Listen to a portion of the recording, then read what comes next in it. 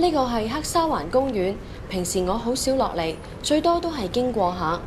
但係我阿嫲話呢度係佢嘅命根，每日落嚟同街坊唞下涼、吹下水、做下運動，唔使成日屈住喺間屋度，啲時間真係快過好多。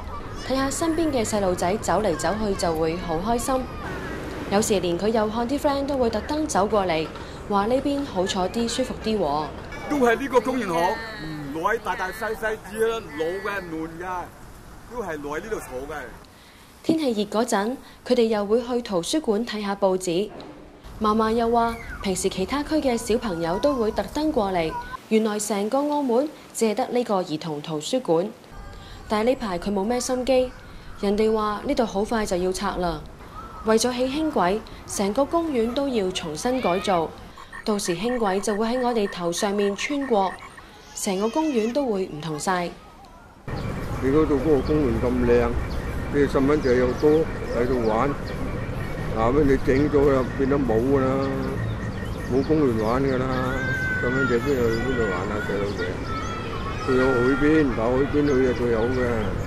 嗰邊啊，一號風眼好啲，因為嗰邊咧10年之後，嗰邊輕軌建好都靠2017啦，2023年我哋嗰邊已經要10萬人口喺嗰邊住啊。呢個係我哋唯一嘅公園，政府話會補償翻俾我哋，但係到時候圖書館、球場、小朋友玩嘅地方，通通都要搬落地底。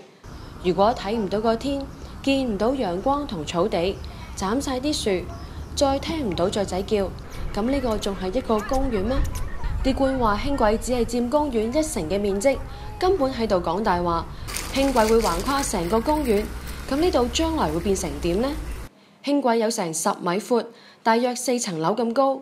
政府喺諮詢會上面話，起好之後，公園就會同而家筷子基天橋底下面嘅籃球場、足球場一樣，仲話咁樣咪唔怕好天曬落雨淋咯，情況都唔會算太差。我哋聽到佢咁講，真係好心痛。點解政府連最後一個公園都唔可以留返俾我哋，搞到要搬落天橋底，甚至係地底下面？政府表面上話諮詢，但係其實有冇俾翻個選擇我哋呢？起輕軌係好重要，對全澳門市民都有好處。但係每個人都會老，都會有攰嘅時候，屋企都可能會有小朋友，想有個地方唞翻啖氣。唔係每個人都住得起有會所、有泳池、有私家花園嘅豪宅。